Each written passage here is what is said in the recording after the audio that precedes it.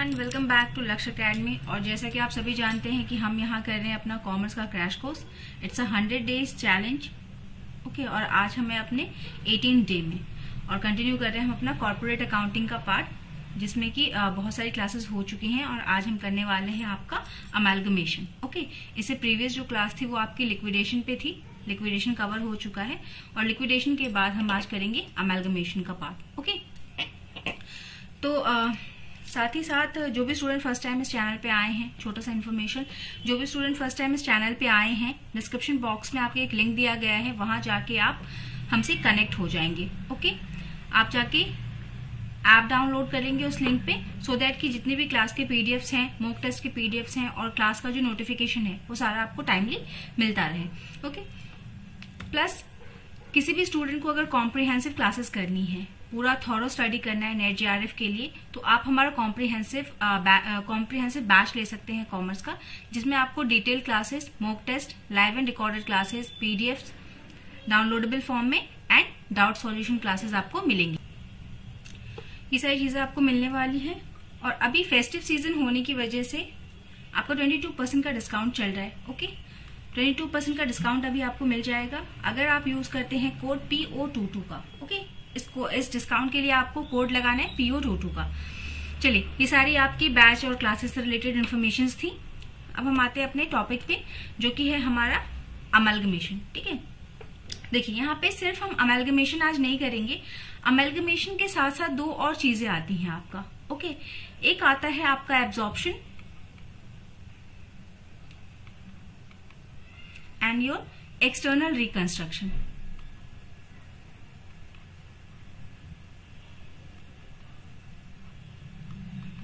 तो देखिए, amalgamation, absorption and external reconstruction, ये तीनों जो चीजें हैं ना, इसमें जितनी भी अकाउंटिंग होती है, जितना भी प्रोसीडिंग होता है, वो सारा क्या है, कहीं ना कहीं मोर और लेस एक जैसा ही है। ओके, तो आप ये मान के चलिए कि अमेलगमेशन के साथ साथ हम ये तीन टॉपिक्स भी करने वाले हैं यहीं पे। देखिए, बस थोड़ा सा एक ब्रीफ इंट्रोडक्शन दे दें इन सब के बारे में। वैसे देखिए, अमेलगमेशन क्या होता है कि जब दो कंपनीज, मान लीजिए एक कंपनी ए है और एक कंपनी बी है, ओके, अमेलगमेट हो जाए, मिल जाए एक साथ और फॉर्म कर ले एक नई कंपनी, है ना। इसमें एक न्यू कंपनी का फॉर्मेशन होता है। दो पुरानी कंपनियां, दो या दो से ज्यादा भी हो सकती हैं, बट हम मर्ज होगा, कोई चीज जब मिलेगी तो कम से कम दो चीज तो होनी ही चाहिए। तो इसलिए हमने दो का लिया है यहाँ पे केस। दो कंपनीज हैं, दोनों पुरानी कंपनीज हैं, एग्जिस्टिंग या ओल्ड बोलिए, ठीक है, ओल्ड या एग्जिस्टिंग कंपनीज हैं, और वो मिल करके क्या बना रही है, एक न्यू एंटिटी बना रही है आपकी, एक न्यू एंटिटी या एक न्यू कंपनी बनाती है। तो इस केस को हम क्या बोलते हैं, अमेलगमेशन, कि दो कंपनीज क्या है, अमेलगमेट हो गई। अब देखिए, अगर अकाउंटिंग पॉइंट ऑफ व्यू से देखें तो अभी इसे प्रीवियस क्लासेस में हमने क्या क्या चीजें देखी है।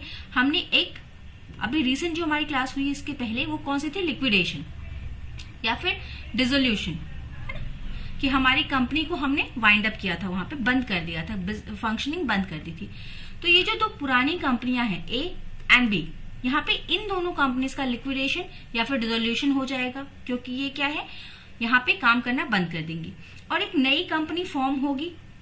ओके, तो एक नई कंपनी का जो है सारा प्रोसीडिंग जो होता है वो सारा होगा। तो दो चीजें होंगी, एक तो पुरानी कंपनियां जो है वो लिक्विडेट होंगी, डिसॉल्व होंगी, बंद होगी, और दूसरी एक नई कंपनी बनेगी, उसका पूरा फिर से बैलेंस शीट बनेगा, उसका अपना एक नया उस कंपनी का एक अपना नया अस्तित्व होगा, सारी चीजें उसकी क्या है, नई होंगी। ओके,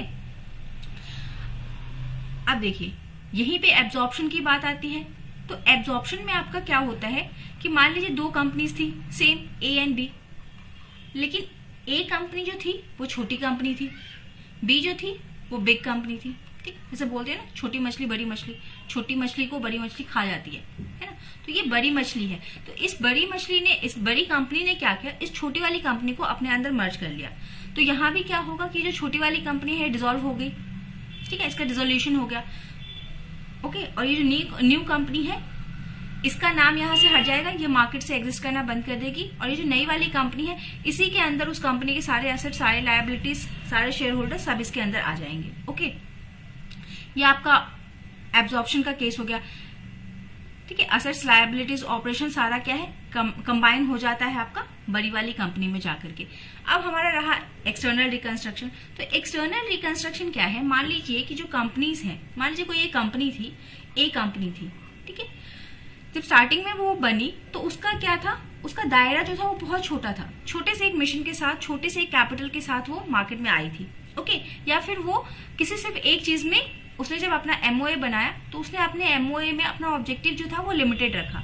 बट अब वो कंपनी क्या है, अब वो ग्रो कर रही है, ओके। ग्रो कर रही है, उसको ज्यादा कैपिटल चाहिए, उसने अपने कैपिटल क्लॉज में कम अमाउंट रखा था, ऑथराइज कैपिटल कम रखा था। अब क्या है, उसको सारी चीजें बदलनी है, अपने बारे में क्लॉजेस में चेंजेस करना है। तो अब ये क्या करती है, ये अपनी कंपनी को एक्सटर्नली रिकंस्ट्रक्ट करती है, मतलब अपने पूरी कंपनी का ढांचा ही जो है वो बदलना चाहती है। तो मतलब बाकी चीजें तो सेम रहेंगी, बट इसका क्या है, पूरा स्ट्रक्चर बदलने वाला है, तो इसलिए उसको हम क्या बोलते हैं, एक्सटर्नल रिकंस्ट्रक्शन। मतलब कहने का मतलब एक तरीके से ये है कि ये वाली कंपनी भी अब बंद हो रही है और नए फॉर्म में ये आएगी।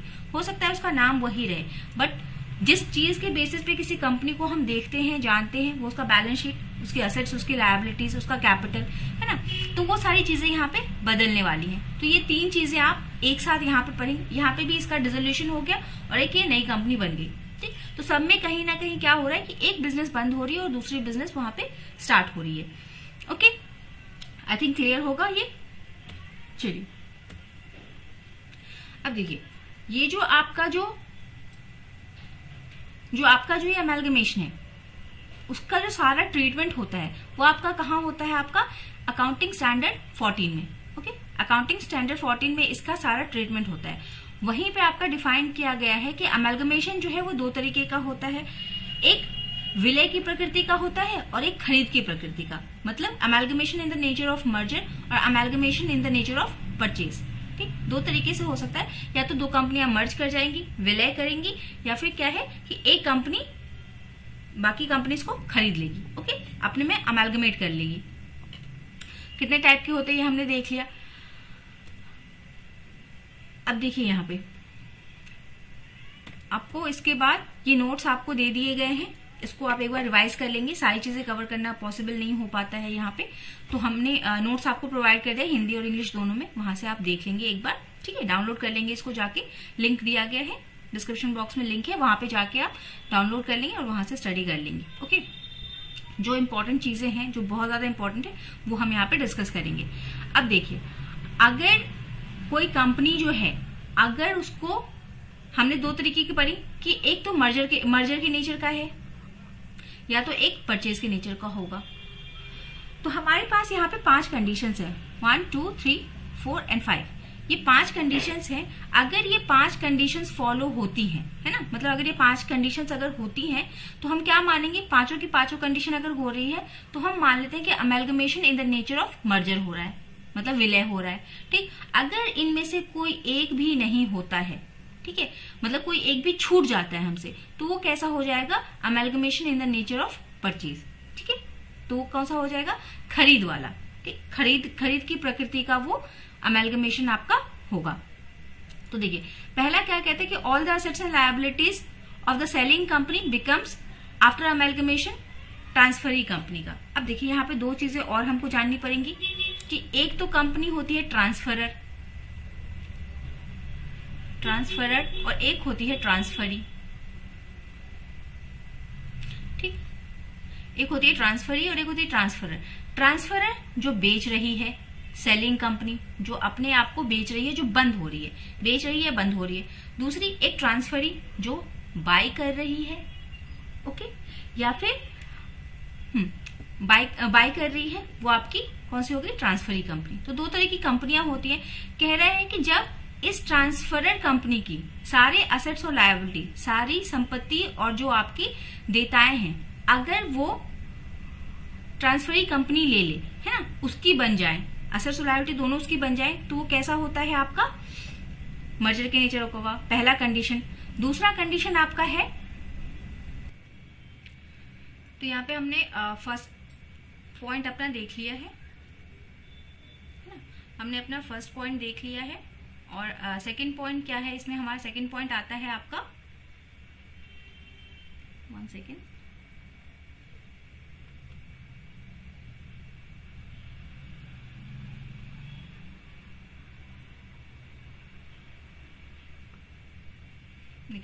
सेकेंड पॉइंट क्या आता है हमारा,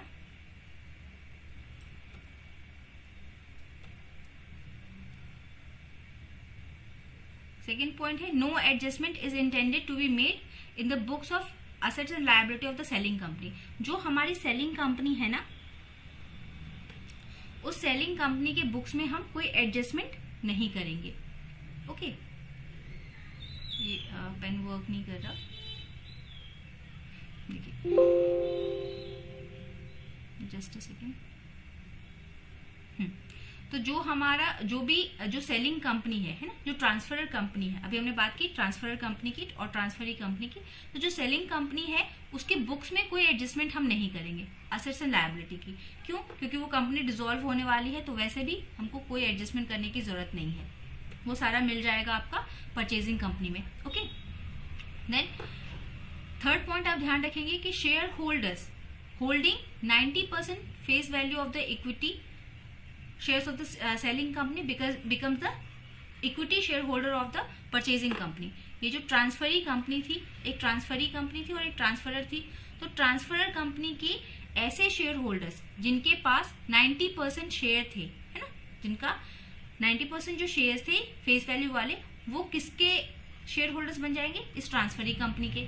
तीसरा कंडीशन। चौथा कंडीशन है कि परचेज कंसिडरेशन जो होगा वो डिस्चार्ज कर दिया गया, मतलब दे दिया गया ट्रांसफरर कंपनी को। इसने जितना भी इसको पैसा देना था, बिजनेस जब वो परचेज कर रही है तो जितना भी पैसा देना था वो सारा पैसा दे दिया आपका।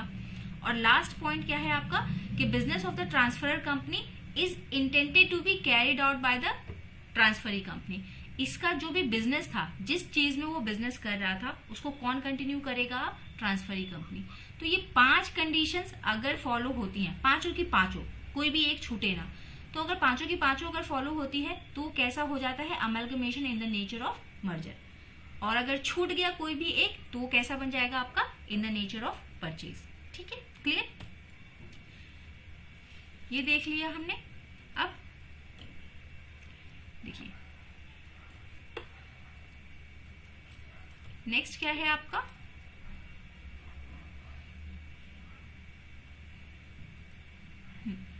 नेक्स्ट हम देखते हैं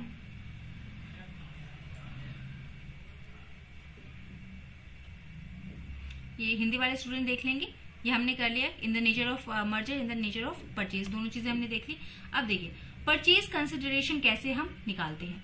तो परचेज कंसिडरेशन निकालने के हमारे पास 4 तरीके हैं। मतलब जब अगर हम बिजनेस परचेज कर रहे हैं तो उसको परचेज करने के लिए हम कुछ पैसा देंगे, कुछ पैसे में खरीदेंगे उसको, तो उसके आपके पास 4 तरीके हैं। Lump sum method, net asset method, net payment method और शेयर एक्सचेंज मेथड। ओके, ये 4 तरीके आपके होते हैं परचेज कंसिडरेशन के लिए। इन तरीकों से आप निकाल सकते हैं। अब देखिए परचेज कंसिडरेशन लंपसम मेथड क्या है आपका? लंपसम मेथड है कि हमने क्या किया, मोटा मोटा एक अमाउंट निकाल लिया और वो अमाउंट हमने ट्रांसफर कंपनी को दे दिया कि लंपसम हम सारी चीजों का वैल्यूएशन नहीं करेंगे कि आपके पास कितनी संपत्ति है, आपको किसको कितना देना है, हम सारी चीजों की झंझट में नहीं पड़ेंगे। हम क्या करेंगे, आपको एक लमसम अमाउंट पे कर देंगे, इतना पेमेंट आपको हमने किया और आपका बिजनेस अब हमारा हो गया। ओके, लमसम एक पेमेंट कर देते हैं। देन नेट एसेट मेथड हमने प्रीवियस क्लास में डिस्कस कर दिया है काफी डिटेल में, इसको आप वहां से देख लेंगे।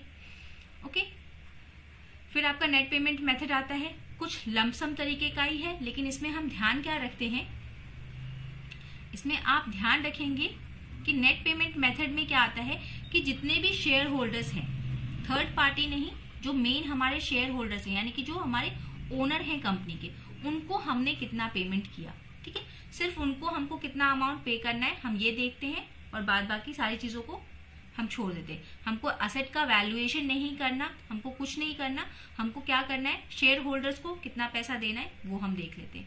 और शेयर एक्सचेंज में कि हमने कितने शेयर्स के बदले कितने शेयर्स दिए ये हम देखते हैं। और शेयर एक्सचेंज में हम क्या करते हैं कि शेयर की वैल्यू निकाल करके एक्सचेंज कर लेते हैं कि कितने शेयर्स के बदले कितना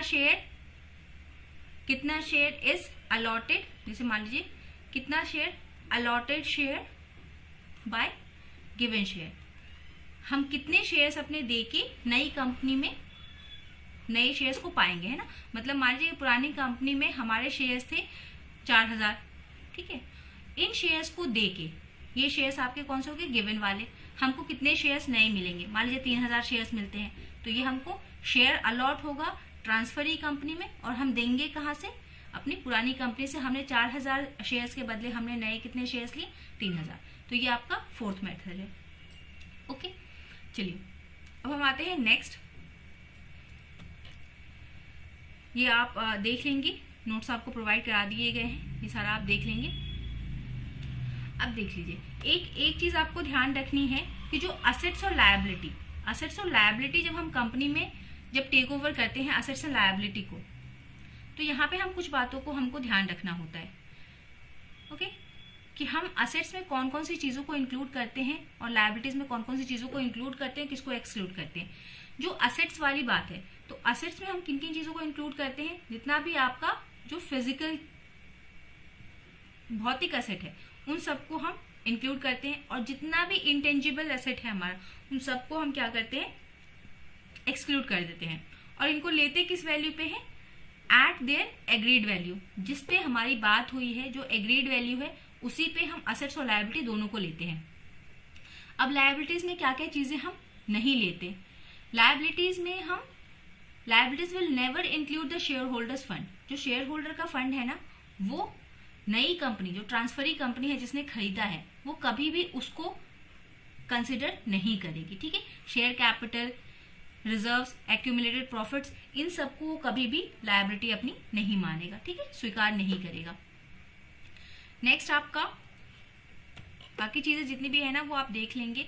अब देखिए इसमें क्या है, trade liability means trade liabilities और liabilities to the third party, इनको वो इंक्लूड करेगा। Liabilities will include trade liabilities, your trade liability and liabilities to the third party. Okay, इसमें ये सारा नोट में आप देख लेंगे, ये सारी चीजें आती हैं।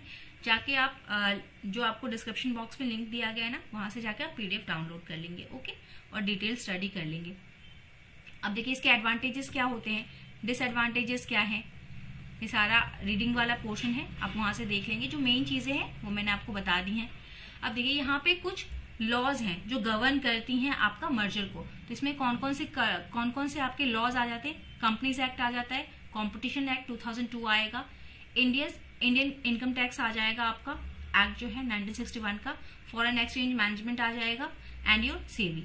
ये सारी चीजें आपकी, ये सारे जो रूल्स एंड रेगुलेशन है, ये आपके मर्जर, एमलगमेशन, मर्जर, ये सब जो चीजें होती हैं इन सबको गवर्न करता है। ओके, इन सब रूल्स को आपको फॉलो करना है। फिर आप एक लास्ट चीज देखेंगे इसमें कि procedure of merger and amalgamation जो होता है, जो ये पूरा जो प्रक्रिया है एमलगमेशन और मर्जर की, ये कैसे फॉलो होती है, क्या क्या इसका मतलब, क्या क्या इसकी कार्रवाइयां होती हैं, कैसे कैसे ये होता है। सबसे पहले application, filing application with the national company law tribunal में सबसे पहले आपको फाइलिंग करनी है, फाइल करना है एमलगमेशन या मर्जर के लिए। देन आपको मीटिंग बुलानी है। ठीक है, फिर आप नोटिस देंगे अपने क्रेडिटर्स को मीटिंग के लिए, शेयर होल्डर्स की मीटिंग होगी, फिर क्रेडिटर्स की मीटिंग होगी, और फिर आपको फाइनली आपको परमिशन मिल जाती है, ऑर्डर मिल जाता है नेशनल कोर्ट से, किसके लिए, मर्जर या एमलगमेशन के लिए। उसके बाद ही मर्जर या एमलगमेशन कंपनीज का होता है। ओके, क्योंकि ये एक लीगल प्रोसीजर है, तो आपको ये सारा फॉलो करना है। यहाँ पे आपको काफी डिटेल में हिंदी इंग्लिश दोनों लैंग्वेजेस में आपको दे दिया गया है, यहाँ से आप कवर कर लेंगे अपना। ओके, सारा डिटेल में दे दिया गया, हिंदी इंग्लिश दोनों में, कितने दिन का नोटिस होता है, क्या होता है, सारी चीजें आपको बता दी गई हैं।